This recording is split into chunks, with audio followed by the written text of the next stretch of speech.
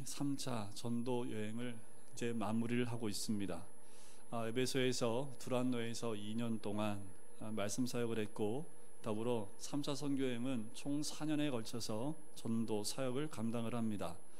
이제 바울의 예루살렘으로 가기 전에 바울이 다시 마게도냐와 아가야를 또 한 번 순방하기를 원해요. 그래서 1절에 보면 바울은 제자들을 불러 권한 후에 작별하고 떠나 마게도냐로 가니라 라고 나옵니다. 아마도 바울은 분명히 2차 전도 여행처럼 드로아로 올라갔을 겁니다. 드로아에 가서 거기서 배를 타고 에게해를 건너서 마게도냐 지경으로 갔을 것이 분명해요. 그렇게 복음을 전했던 그 지역을 다시 순방하기 위해서 갑니다. 2절을 보니까 그 지방으로 다녀가며 여러 말로 제자들에게 권하고 헬라에 이르러 라고 나오지요. 헬라는 아가야의 수도였던 고린도를 의미합니다. 그곳에서 약 3개월 동안 머물게 되지요. 자, 2절 말씀에서 가장 중요한 단어가 하나 있습니다. 그것이 있다면 제자들에게 권면했다라고 이야기를 해요. 여러분 한번 질문해 볼까요? 왜 굳이 사도 바울이 왜 마게도냐를 갔을까요? 힘들고 어렵고 또 에베소에서 그 혼란한 그리고 폭동을 겪음에도 불구하고 또 아가야 지방을 거쳐서 예루살렘으로 돌아가야겠다라고 했던 이유가 왜일까라는 거예요. 아가야 가도 마게도냐 가도 사도 바울을 반기지 않고 또 고난을 주는 사람들이 분명히 있음에도 사도 바울이 왜 마게도냐와 아가야를 가기를 원했을까? 그 답은 단 한 가지입니다. 그들을 권면하기 위해서입니다. 그들을 도와주기 위해서 그렇게 한 거지요. 여러분들 생각해 보세요. 아기를 낳는 것 참 중요한 일입니다. 요즘 시대에 아기 낳는 것이 얼마나 중요한지. 자녀 셋 갖고 있는 그 가정은 그냥 그거 하나만으로 뭐예요? 애국자입니다. 애국자 요새는. 그죠? 애국자로 이야기를 해요. 그런데 아기 낳는 것 중요한 만큼 또 뭐가 중요할까요? 그 아이들을 잘 키우는 일입니다. 아기를 낳는 것으로 부모의 임무가 끝난 게 아니라는 거예요. 아이를 낳고 잘 키우는 것, 그것이 그 어느 것보다 중요하다라는 거지요. 사도 바울의 전도는 한마디로 말하면 양육이라고 할 수 있습니다. 1차, 2차, 3차 전도 여행을 통해서 만났던 그 사람들, 그 지역들, 그 교회들 다시 가서 양육하기를 원했던 겁니다. 그리고 그 지역과 사람을 만나서 권면하고 위로하고 축복하고 가르치는 그 일을 계속해 나갔던 거지요. 사도 바울 빨리 돌아가고 싶은 마음이 없었을까요? 여러분들 타지에 나가서 그렇게 2, 3년, 3년, 4년 동안 있으면 집에 가고 싶은 마음이 없었겠습니까? 예루살렘으로 돌아가고 싶은 마음이 있었겠지요. 그리고 유월절을 지키고 싶은 마음이 너무나 간절했던 거예요. 몇 년 동안 밖에 있다 보니까 예루살렘에서 1년에 한 번 유대인들이 모여서 절기를 지키는 그 유월절을 못 지키기 때문에 얼마나 그 유월절을 지키고 싶었을까요? 그럼에도 불구하고 이 사도 바울 눈에는 누가 어른거리냐 하면 복을 만났던 그 김씨, 나나금 예수를 만나고 믿겠다고 했던 박씨, 뭐 이런 사람들이 자꾸 막 눈에 아른아른거리는 거지요. 자기의 마음은 유월절을 지키고 싶고 그 유월절 예배로 나가고 싶은데 사도 바울의 마음에는 그 전도했던 사람을 잊을 수가 없는 거지요. 그래서 마게도냐 지방으로 가서 권면하고 위로하고 축복하는 시간들을 가졌던 거예요. 여러분들 지금과 초대교회는 교회가 있었던 상황은 참 다릅니다. 그때 당시에는 예수 믿는 문화나 사회가 아니었습니다. 예수 믿는 사람은 굉장히 극소수였고요. 또 그들은 쫓겨다니는 사람들이었고요. 박해와 순환 속에서 있었던 사람들입니다. 그런 사람들에게 진리가 얼마나 중요하겠습니까? 진리가 참 중요하지요. 그런데 사도 바울이 봤을 땐 진리가 중요한 것만큼 더 중요한 것은 그 고난과 아픔 가운데 진리를 가지고 어떻게 살아가야 되는지, 이것이 더 중요했던 겁니다. 그래서 그들에게 이 진리의 말씀대로 순종하는 삶이 무엇인지를 말씀으로 가르치기를 원했던 거지요. 그래서 도와주고 격려하고 위로하고 권면하는 일들이 필요했던 거지요. 그래서 마게도냐와 아가야 지방으로 간 것입니다. 또 사도 바울이 그곳에 간 이유는 성경에 기록되어 있지 않아요. 하지만 보니까 성경을 쓰기 위해서 갔던 것을 우리는 볼 수 있습니다. 어떻게 해요? 1차 전도 여행 끝나고 사도 바울이 갈라디아서를 씁니다. 2차 전도 여행 때는 1년 반 동안 고린도에 머물면서요 데살로니가 전후서를 쓰게 됩니다. 3차 전도 여행 때는요 에베소에서 2년 동안, 그리고 두란노에서 2년 동안 말씀을 전하면서 고린도 전서를 쓰게 되고요, 이제 마게도냐 지방으로 가면서 고린도 후서를 마무리를 합니다. 그리고 특별히 고린도, 즉 헬라라고 하는 곳에 머물면서요 그 유명한 로마서를 쓰게 된 겁니다. 얼마나 놀라운 일인지 모르겠습니다. 사도 바울은 돌아다니면서 복음을 전했던 사람임에도 불구하고 한 곳에 머물러 있을 땐 더 놀라운 큰 일을 행했던 사도 바울의 모습을 발견할 수 있어요. 하나님께서 하시는 일은 객관적으로 평가할 수 없는 오묘한 섭리가 있습니다.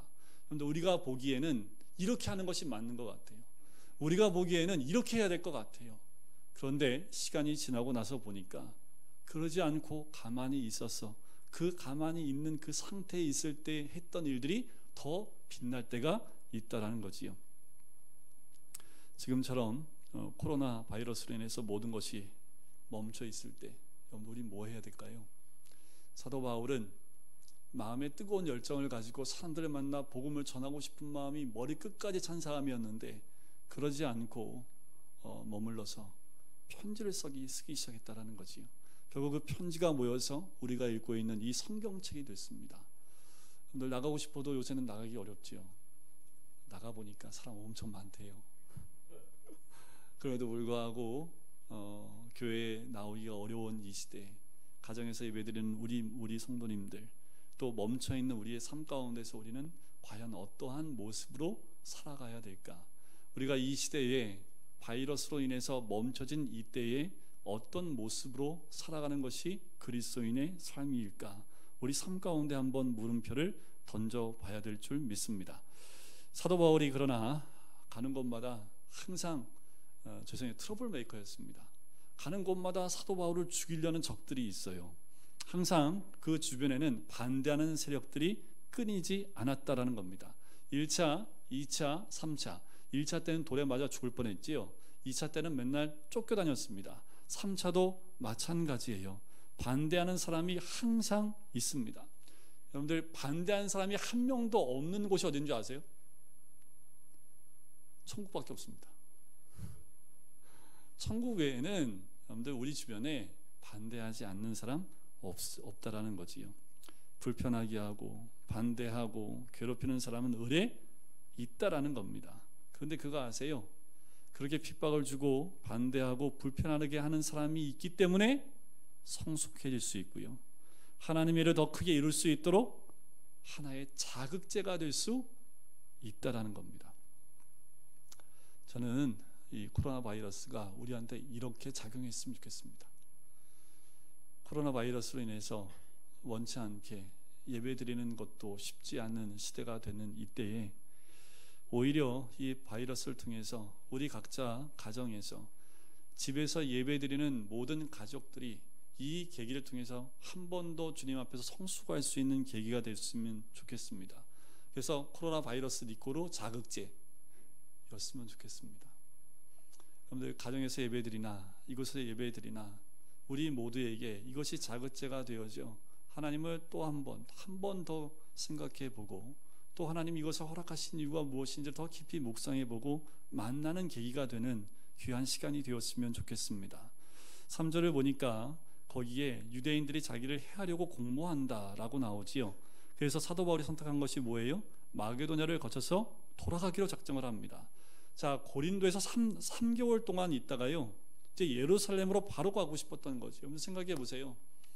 밖에 나와서 타지에서 한 곳에 있었던 것도 아니고요, 여러 지역을 돌아다니면서 3년 4년을 살았습니다.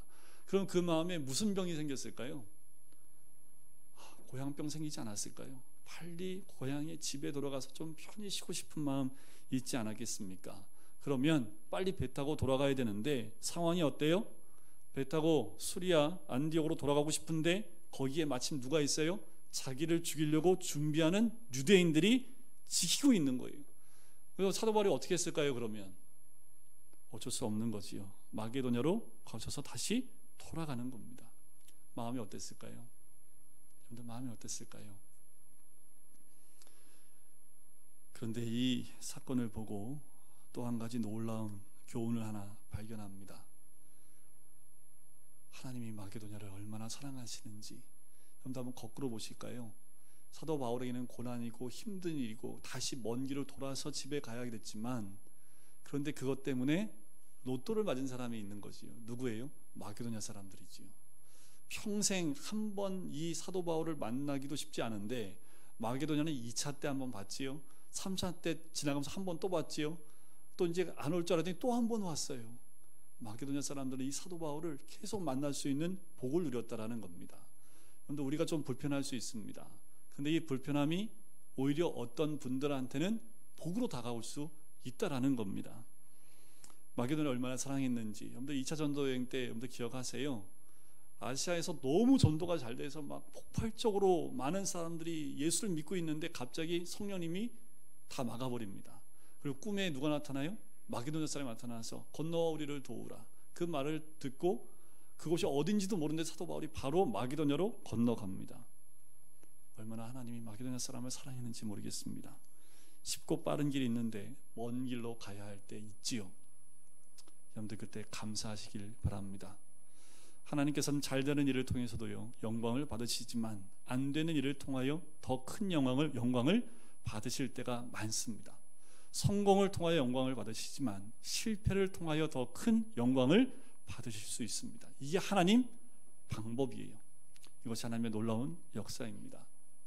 건강해도 병들어도 성공해도 실패해도 살아도 죽어도 감사할 수밖에 없습니다. 어쩌면 역경 속에 있을 때 우리는 하나님의 더 큰 능력과 기적을 경험할 수 있게 되는 거지요. 5절을 보니까 이렇게 나옵니다. 그들은 먼저 가서 드로아에서 우리를 기다리더라. 그렇죠. 먼저 가서 드로아에서 기다린다고 합니다. 또 6절을 보니까 이렇게 나와요. 우리는 무교절 후에 라고 나오지요. 자, 무교절을 그에서 지내고 싶지 않았지만 할 수 없이 지내게 된 거지요. 다시 빌립보로 돌아와서 배를 타고 닷새 만에 드로아에 가게 됩니다. 그리고 바울은 일주일 동안 드로아에 머물게 되는 거지요. 자, 7절부터 나오는 모습이 초대교회의 예배드리는 모습, 초대교회의 모습이 7절부터 등장을 합니다. 바울을 만난 드로아의 초대교회 사람들 얼마나 기뻤을까요? 자꾸 오니까 너무나 감사했겠지요. 예배드리기를 원했습니다. 자, 7절에 보니까 그 주간 첫날이라고 시작을 하지요. 자, 이 날은 뭐냐면 안식 후 첫날이니까 무슨 요일일까요? 퀴즈. 그 주간 첫날이니까, 그때 당시에 그 주간 첫날이니까 여러분들 우리의 한 주의 첫날이 언제예요? 오늘이잖아요. 오늘. 여러분들 달력 보면 한 주의 시작을 뭐부터 시작해요? 주일부터 시작하잖아요. 맞아요. 여기서 그 주간 첫날이라는 것은 안식 후 첫날, 바로 우리가 지키고 있는 오늘을 의미합니다. 그 말을 우리가 보면 주일을 지키는 것은 우리가 지금 만든 것이 아니라 이미 초대교회 때부터 지켜왔다라는 거지요. 또 그 다음에 말을 보면 우리가 떡을 떼며 라고 이야기합니다. 떡을 떼었다라는 것, 두 가지 의미가 있습니다. 성찬과 예찬 두 가지 모두를 의미하지요. 모일 때마다 떡을 뗐습니다. 예찬과 성찬을 의미하는데 뭐냐 하면 모일 때마다 성찬을 통해서 예수 그리스도의 십자가를 생각하고요. 예찬은 뭐예요? 우리가 코로나 바이러스가 있기 전에는 뭐 했습니까? 예배 끝난 다음에 다 지하실에 내가 식사했잖아요. 이 예찬이거든요. 예찬을 하면서 성도의 교제를 나누고 그렇게 하면서 힘을 받는 거예요. 뭐예요? 예배 가운데, 성찬 가운데 예수님의 십자가를 깊이 묵상하고 또 내려가서 함께 준비한 음식을 함께 나누면서 서로 침튀가며 얘기할 수 있었던 때가 얼마나 그리운지 모르겠습니다. 그러면서 어떻게 해요? 일주일 동안에 있었던 모든 일을 함께 나누고 구역 모임하면서 힘들었네, 얼마나 힘들었어, 그래서 함께 중보해주고 기도해주고 힘을 얻고, 그리고 한 주간 살아갈 수 있는, 한 주간 그리스도인으로 살아갈 수 있는 힘을 얻고 돌아가는 것이 바로 주일의 모임 아니었습니까? 떡을 떼는 교회, 안식 후 첫날 모이는 교회, 그것이 초대교회의 첫 번째 모습이었습니다. 우리가 늘 하던 모습 아닙니까? 그 모습을 하지 못하기 때문에 오는 마음에 안타까움이 있습니다. 여러분, 우리가 가정에서 예배드리든 이곳에서 예배를 드리든 우리가 평상시에 하지 못했던 것, 그것을 보면서 그것이 얼마나 중요한지를 좀 깨달았으면 좋겠습니다. 제가 예배 자리에 준비하고 앉아 있을 때에 이 자리를 보면서도 눈물이 납니다. 하지만 예배 끝나고 마스크를 쓰고 빨리 돌아가고 있는 성도들의 뒷모습을 보면서도 또 눈물이 납니다. 함께 나누지도 못하고 예배의 자리에 모든 것이 막혀 있는 것 같은 느낌 가운데 이렇게 예배드리는 모습이 언제까지 가야 될지, 그러면서도 또 한 번은 다시 우리가 함께 모여 예배드릴 수 있고 함께 떡을 나누고 각자의 삶을 나눌 수 있을 그때가 또 오기 때문에 제 마음에 이런 간절한 또 기대감이 있는 거지요. 저만 기대하나요? 가정에서 예배드리든 이곳에 예배드리든 답답하다 하고 이걸 벗어버리고 싶은데 그날이 왔을 때, 그리고 하나님 앞에 마음껏 찬양하고, 지금은 찬양 한 곡도 제대로 못 부르잖아요. 그죠? 그런데 한 10곡 부르고 싶은데 그날이 곧 올 거 아닙니까? 그래서 또 이게 기대가 되는 거예요. 저만 기대하지 말고 우리 모든 성도님들이 함께 그날을 위해서 기도하고 준비하는 그런 시간을 가졌으면 좋겠습니다. 자, 그 다음에 뭐예요? 7절에 보니까 말씀을 들었어요. 말씀을 들었는데 언제 들었을까요? 밤중까지요. 난 밤까지 한번 해볼까요? 그런데 이때 시대와 지금이 다른 건 뭐냐면, 지금은 교회가 있고 교파가 있고 이런 건물이 있고 어떤 형식이 있지만 이때는 그런 것이 없었습니다. 낮에는 일을 하고 저녁에 따로 모였기 때문에 저녁 시간에 모여서 밤에 성경 공부를 하고 설교 말씀을 들었던 거지요. 아마 또 모였던 것은 어떤 가정지역이었을 거예요. 그러니까 가정교회라고 볼 수 있는 거지요. 그런데 몇 층이에요? 3층 되지. 아마도 성도들 가운데 가장 큰 집을 아마 가정교회로 오픈한 것 같아요. 초대교회 원형입니다. 떡을 떼고요, 성만찬을 하고요, 말씀이 있고 뜨거운 사랑이 있고 교제가 있는 것, 그것이 교회입니다. 이것이 사라지면 교회는 교회가 아닙니다. 건물 아무 소용 없습니다. 이것은 우리가 모이는 예배당이지 이것이 교회가 아닙니다. 교회라고 한다면 떡됨과 성만찬과 말씀과 서로 간의 사랑과 교제와 이 모든 것들이 하나로 어우러져서 하나가 됐을 때 진정한 교회의 모습이 된다는 거지요. 그런데 너무나 안타까운 것은 현대시대에 살아가면서 이런 것들이 점점 약해지고 메말라가고 있다는 거예요. 그 메마름이 이 바이러스를 통해서 우리 가운데 터뜨려버린 게 아닌가, 더더욱 메말라가고 있는 것이 아닌가라는 안타까움이 있습니다. 자, 초대교회의 또 다른 모습이 나옵니다. 바로 8절과 9절인데요 3층에 짜리 가정집이에요. 근데 3층에 누가 앉아 있어요? 유두고라는 청년이 3층에 걸터 앉아 있습니다. 근데 유두고를 너무 매도하지 마세요. 그 밤중에 청년이 교회 나와 있는 게 얼마나 예뻐요. 유두고 이름 뜻이 뭔지 아세요? 다행이다. 이런 뜻이 다행이다예요. 왜 다행일까요? 죽을 때 그래도 사도 바울 앞에서 떨어져서 죽어서 다행이죠.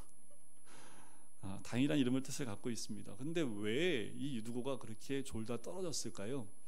여러분들 그거 아세요? 여기 공기가 저희 교회에 한 100명만 앉아 있어도요 한 10분만 지나면 이 공기가 굉장히 탁해집니다. 공기가 탁해지면 어떻게 될까요? 여러분들 눈꺼풀이 무거워지기 시작을 합니다. 제가 사랑의 교회를 한번 새로 건물 지었을 때 한번 간 적이 있어요. 가고 너무 부러운 거 한 가지 있어요. 너무 부러운 거. 사랑의 교회 본당 들어가서 부러운 거 딱 한 가지가 뭐냐면 산소가 공급되더라고요. 본당에 수천 명이 앉는 그 자리에 곳곳에 산소 공급기가 설치가 되어 있더라고요. 딱 들어갔는데 정말 신선해요. 그 안에 공기가. 제가 또 하나 꿈을 가졌잖아요. 교회 크기가 중요한 게 아니라 여기에 산소 호흡기를 좀 달아야겠다. 그래서 공사하는 게 공기가 이렇게 흐름을 가질 수 있는 그 흐름들을 가질 수 있는 그거 하나 좀 설치하면 좋겠다라는 생각이 들더라고요. 그래서 할 겁니다. 그래서 여러분들 예배 시간에 공기가 탁한 것 때문에 집중하지 못하는 일이 있지 않도록 신선한 공기가 늘 이 안에서 이렇게 돌 수 있도록. 근데 그게 없으면 어떻게 된다고요?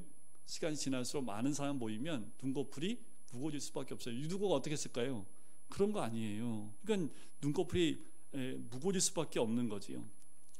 저는 진정한 교회의 모습, 그리스도의 십자가를 생각하고 성만찬과 말씀을 인한 열기와 사랑이 교회 안에 진정으로 필요한 것이 아닌가. 그리고 유두고가 떨어졌을 때 사도 바울은 바로 달려가서 그를 끌어안는 사도 바울의 모습을 봅니다. 끌어안고 어떻게 했을까요? 한참 있다 그가 생명이 있음을 이야기합니다.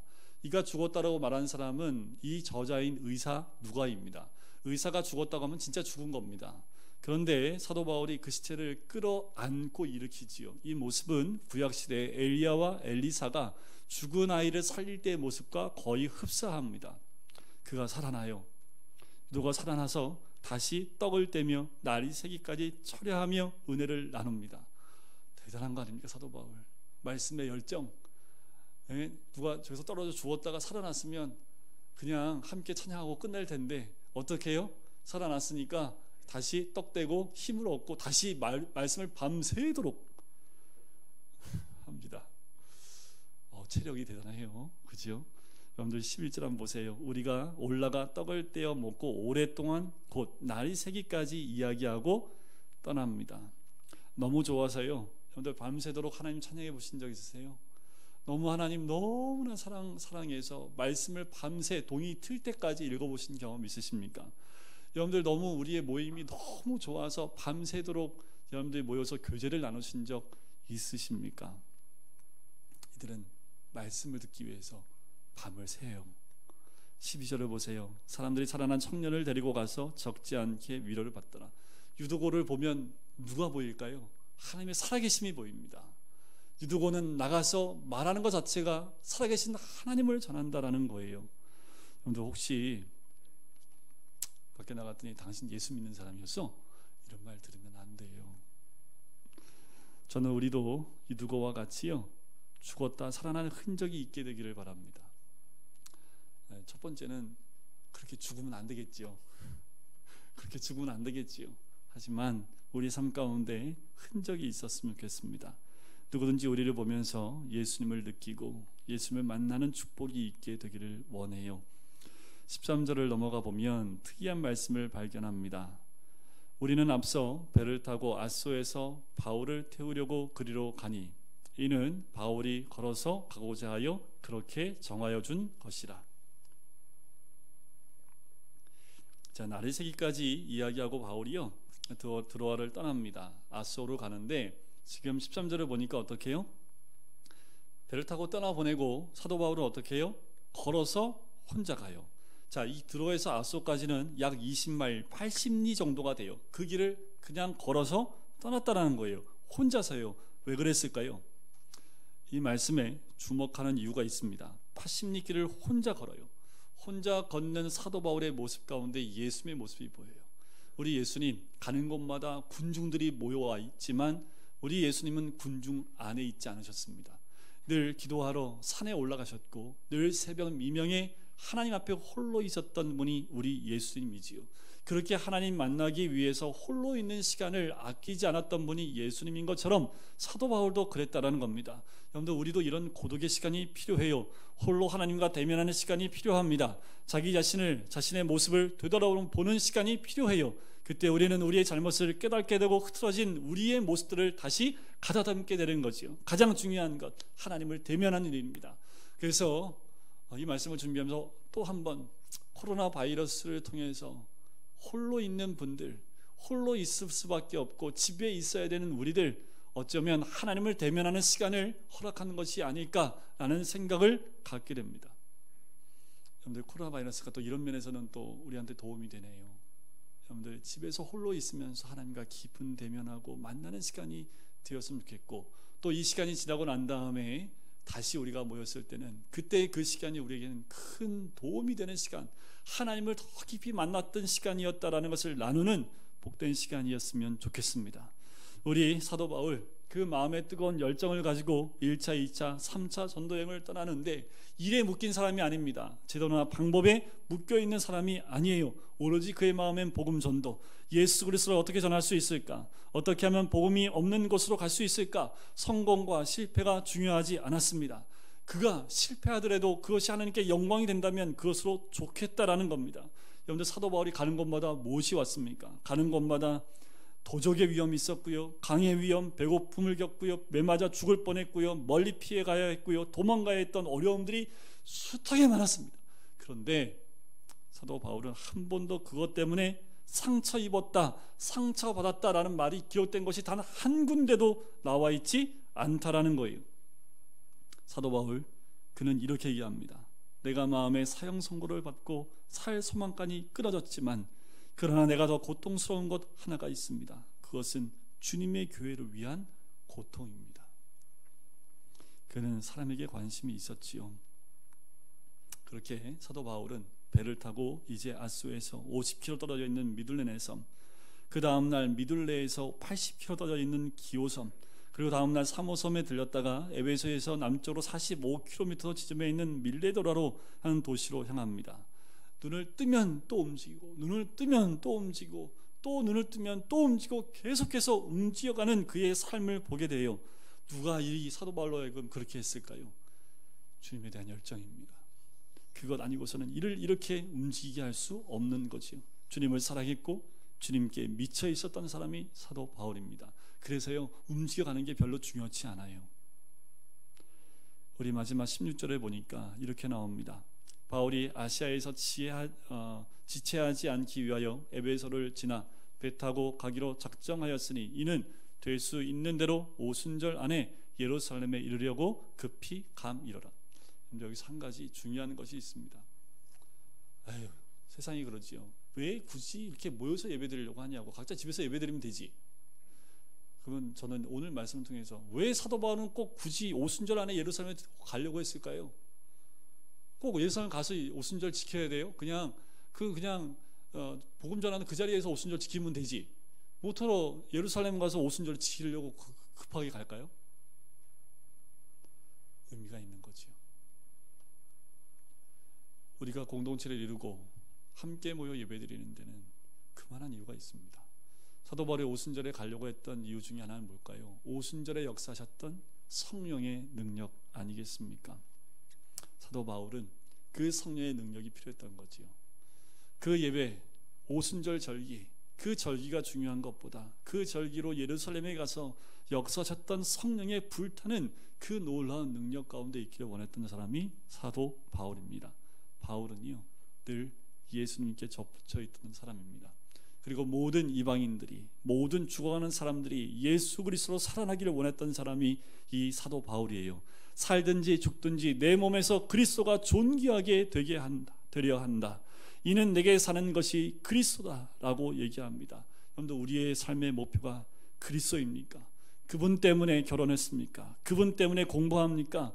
그리스도의 지배를 받고 있는 사도 바울처럼 그렇게 우리는 이제 환경과 상황의 지배를 받는 것이 아니라 오히려 환경을 변화시키고 그리고 사람을 변화시키는 그리스도와 하나가 된 사람이 되시기를 주님의 이름으로 간절히 축원드립니다.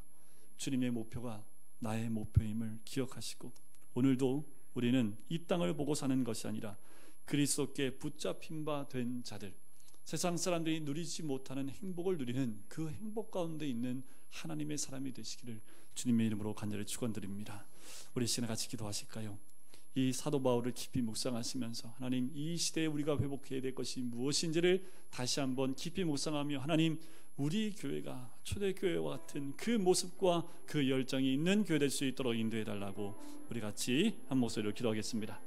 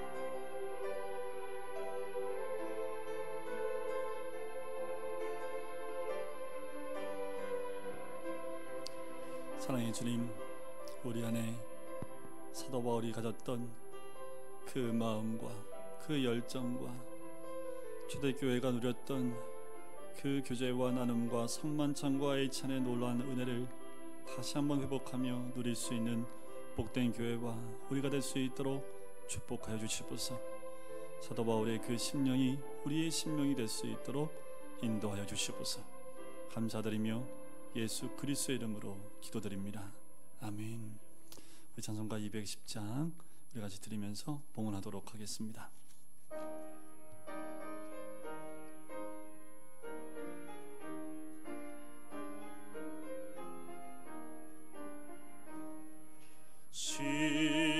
시온성과 같은 교회 그의 영광 한없다. 허락하신 말씀대로 주가 친히 세웠다. 반석 위에 세운 교회 흔들 자가 누구랴. 모든 원수 애워싸도 아무 근심 없도. 3절입니다. 주의 은혜 내가 받아 지온 백성 되는 때 세 사람 비방해도 주를 찬송하리라.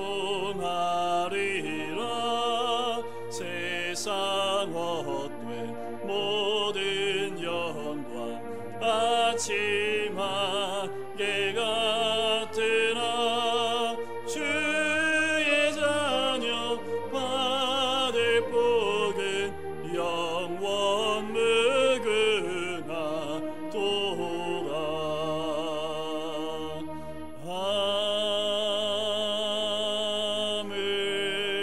아멘. 기도하겠습니다. 사랑해 주님 감사합니다.